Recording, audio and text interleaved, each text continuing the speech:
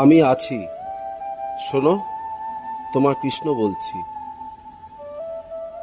তুমি হতাশ, ক্লান্ত, তুমি ভাবছো কেন এমনটা ঘটছে শুধু তোমার সঙ্গে।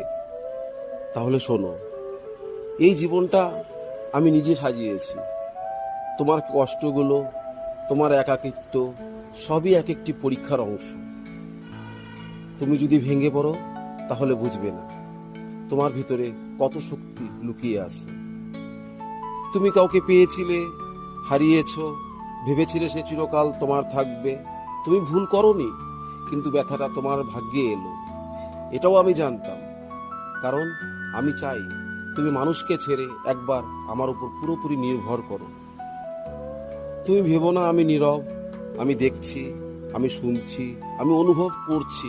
তোমার রাতের কান্না, তোমার নিঃশব্দ প্রার্থনা সবই আমার হৃদয়ে গিয়ে পৌঁছায়। আমি শুধু ঠিক সময়ের অপেক্ষায় আছি।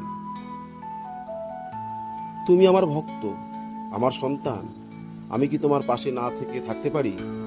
তুমি শুধু আমার নাম নিও, একবার অন্তর থেকে বলো, কৃষ্ণ, আমি এসে যাব, তোমার শক্তি হয়ে, সাহস হয়ে, আলো হয়ে। ভয় পেও না, আমি সব জানি, সব দেখি।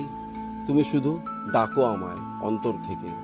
আমি ঠিক তখনই এসে পাশে দাঁড়াবো, কারণ আমি কৃষ্ণ, কাউকে ছেড়ে যাই না, বিশেষ করে যারা আমায় ভরসা করে।